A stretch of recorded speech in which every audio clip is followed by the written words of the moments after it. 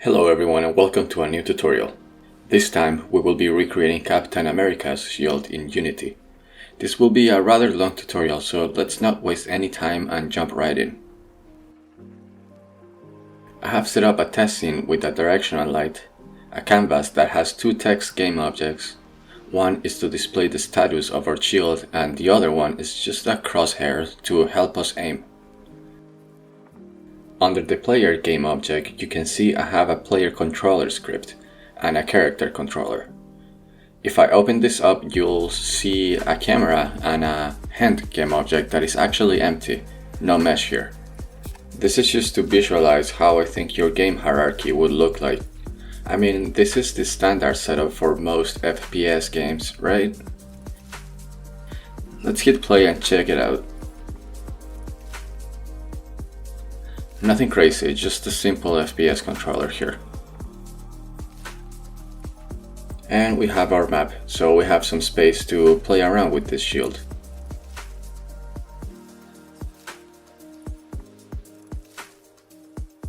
Awesome. Now that we know what's in this project, let's begin by creating an empty game object and call it shield.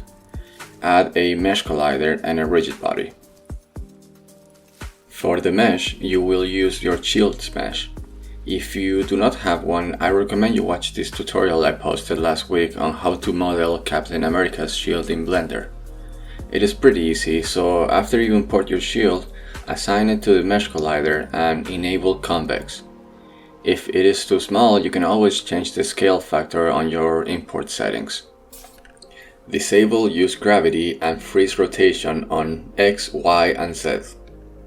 Add a new script called shield controller.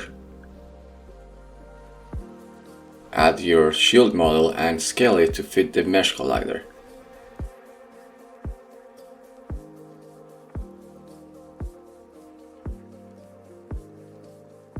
Create a new particle system called Impact Effects and edit it to fit your game's art style. You can slow down the video here if you need to see how I did mine.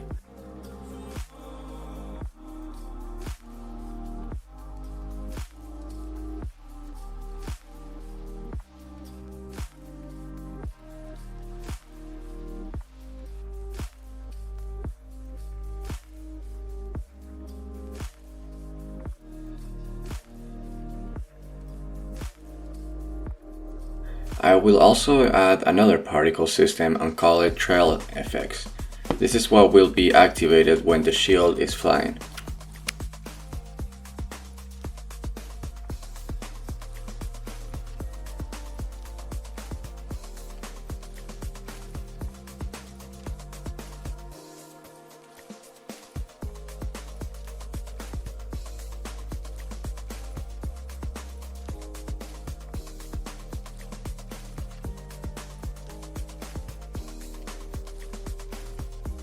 Now in your hands, create a new empty game object named Shield Handholder.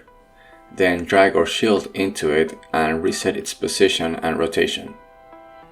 Disable both of the particle systems, and now to fit the shield to your desired position in your hands, do not move the shield. The shield itself will always have a position and rotation of 0. You move the Shield Handholder game object, and the shield will follow.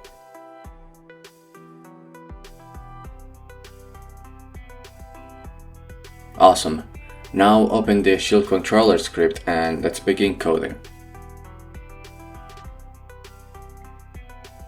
First of all, we'll begin by creating a public enum of shield state to control our shield.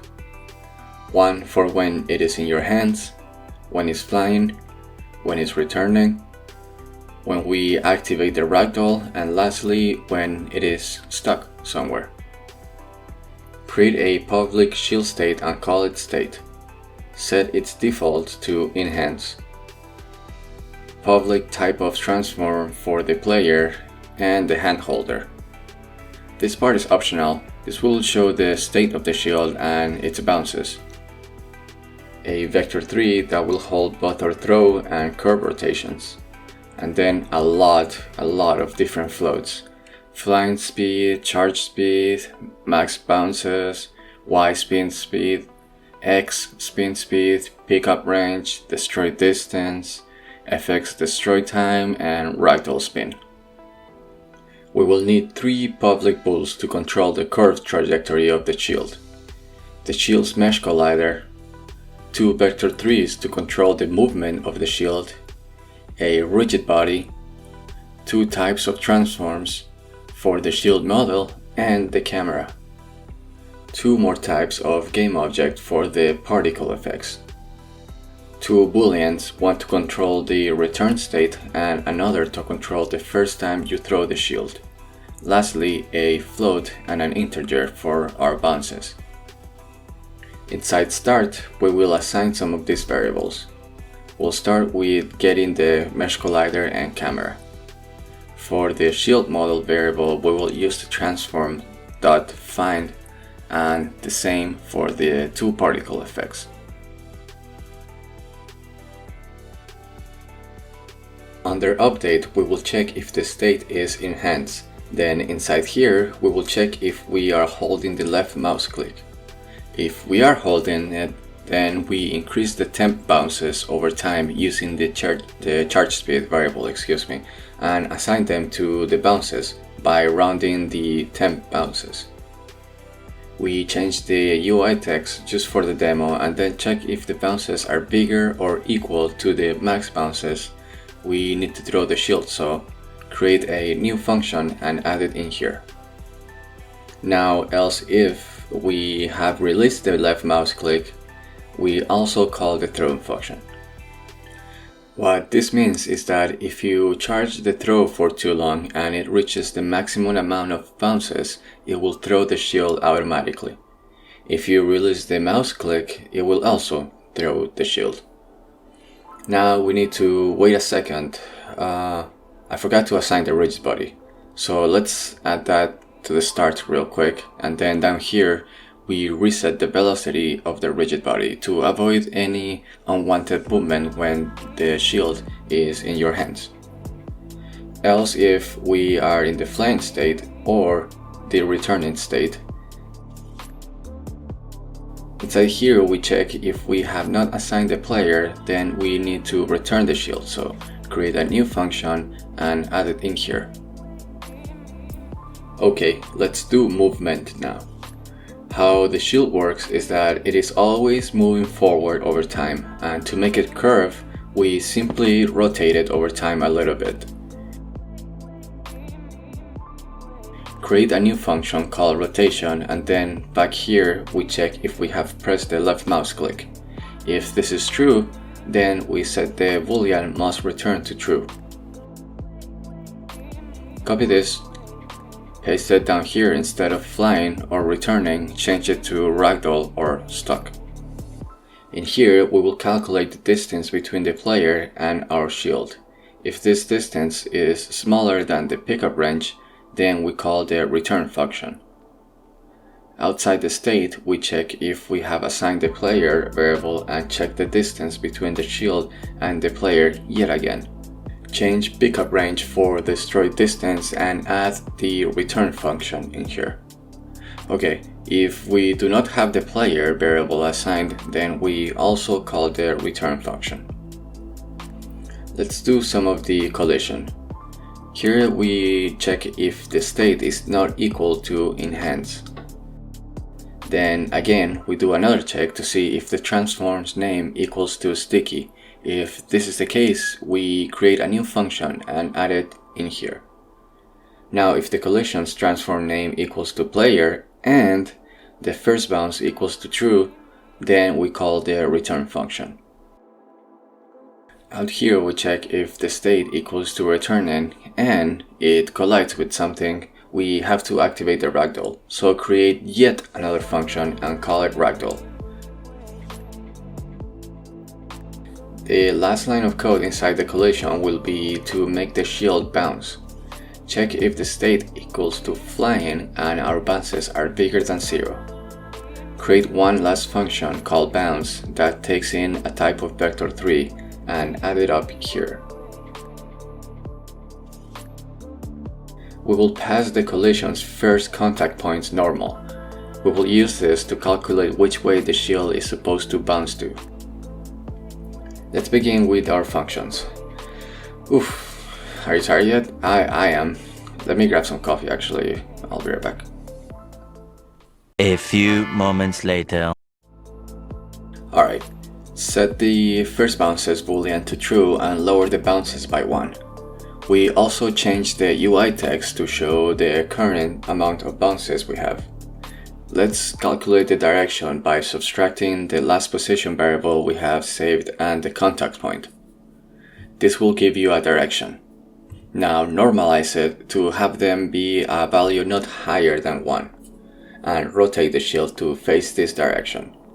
Save the last position to be this transform's current position. Down here we will create our impact particle effect.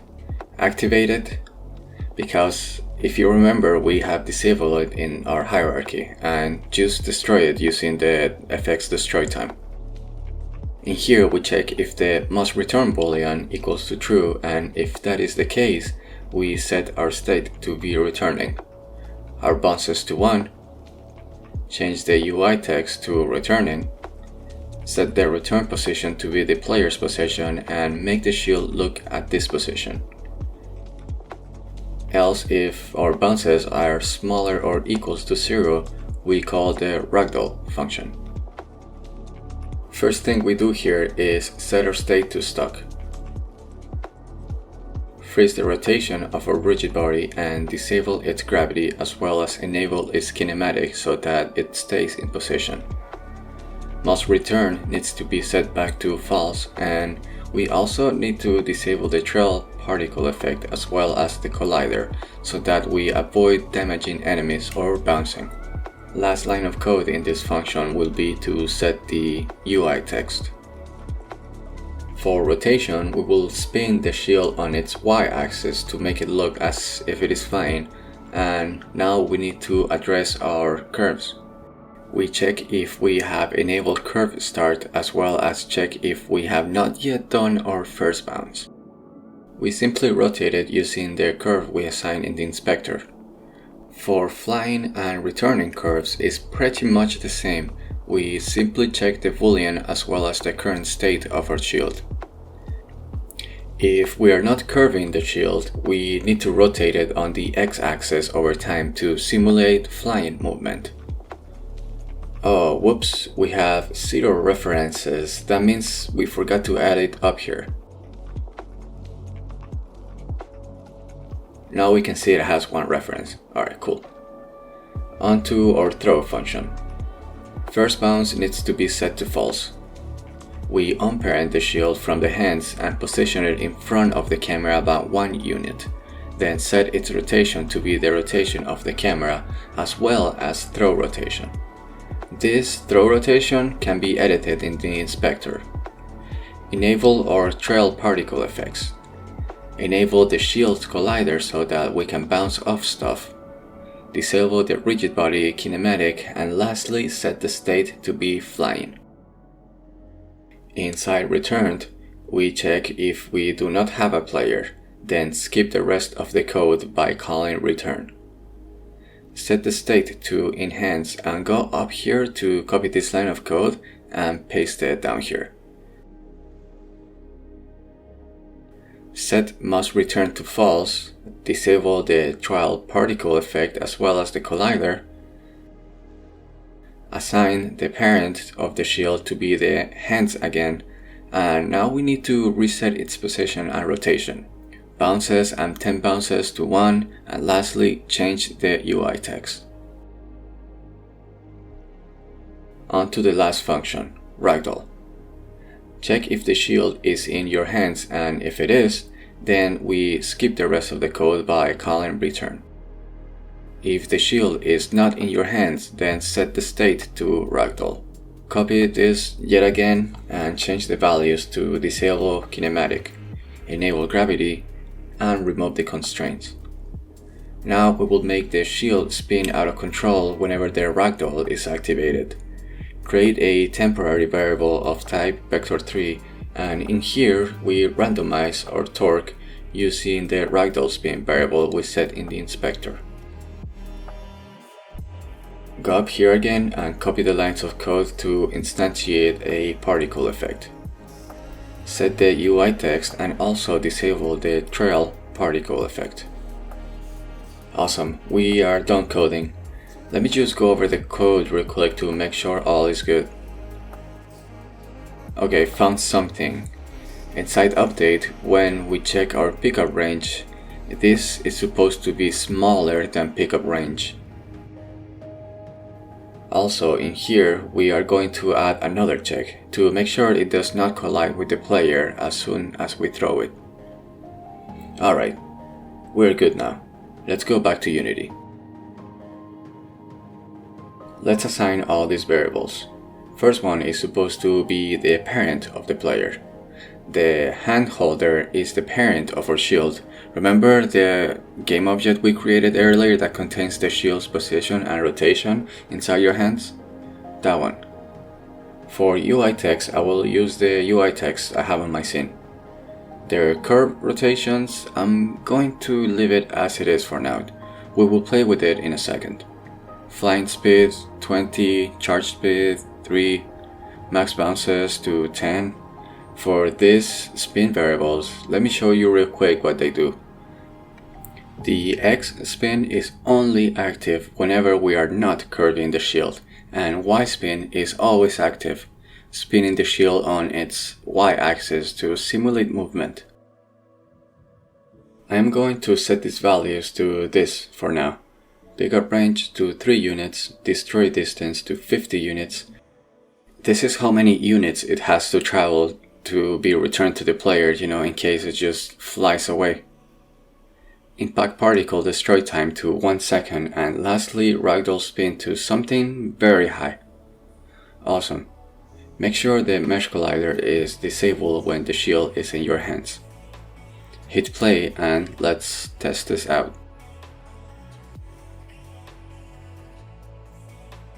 Oh, almost. I tried to catch it midair.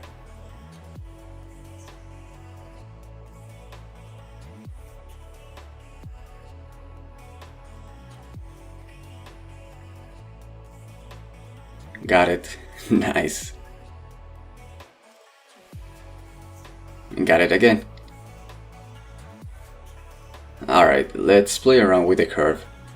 For curve rotation, I will curve it in -60 on the Y and 150 on the Z axis.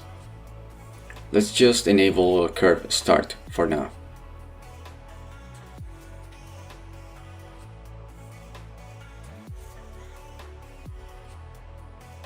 You may notice that it starts to curve really early, like as soon as you throw it. This is why we also have a throw rotation. So let's give it 15 degrees. Okay, that's better. How about 30 degrees? Oh yeah, that is way better now.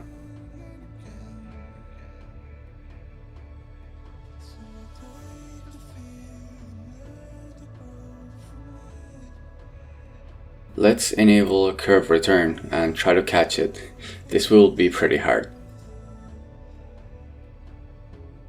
Oh shit, alright. Okay, again. Damn it. Okay, got it. There's also a curve flying, but that just makes the shield really messy. I don't really recommend unless you set it to be really low, like a really low value. Okay everyone, that is it for this tutorial. This one was longer than usual because we had a lot to code. You can customize it and play around with the code as much as you like. You can make it so that the shield goes to a specific location whenever it collides with something that you have tagged or named specifically for this. I mean, that's just an idea, Go crazy with it. I hope you found this useful. Like and subscribe. I got a lot more tutorials coming the next couple of weeks, and also if you would like these project files and many other abilities we have recreated from popular video games as well as 3D assets for your games, please consider becoming a Patreon. Thank you all for watching, and I will see you guys in the next video.